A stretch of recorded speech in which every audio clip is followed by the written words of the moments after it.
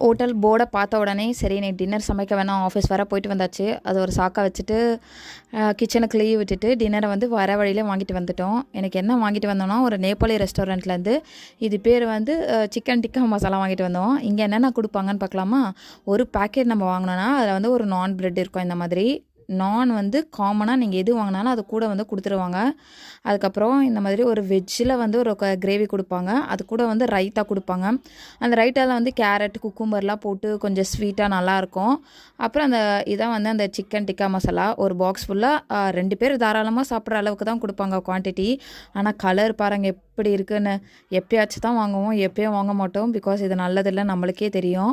அப்புறம் அது கூட வந்து ஒரு பாக்ஸ் வந்து பாஸ்மதி ரைஸ் தருவாங்க. நம்ம இப்போ ரெஸ்டாரண்ட்லேயே போய் சாப்பிட்றோன்னா கூட வந்து எக்ஸ்ட்ரா சாலட்ஸ்லாம் இருக்கும். அதாவது இந்த பச்சை காய்கறிகள்லாம் வச்சுருப்பாங்க. கேரட்டு அதெல்லாம் லெட்யூஸ் அதெல்லாம் கூட சேர்த்து சாப்பிட்டு வரலாம். அப்புறம் வந்து ஒரு டீயும் ஃப்ரீயாக தருவாங்க.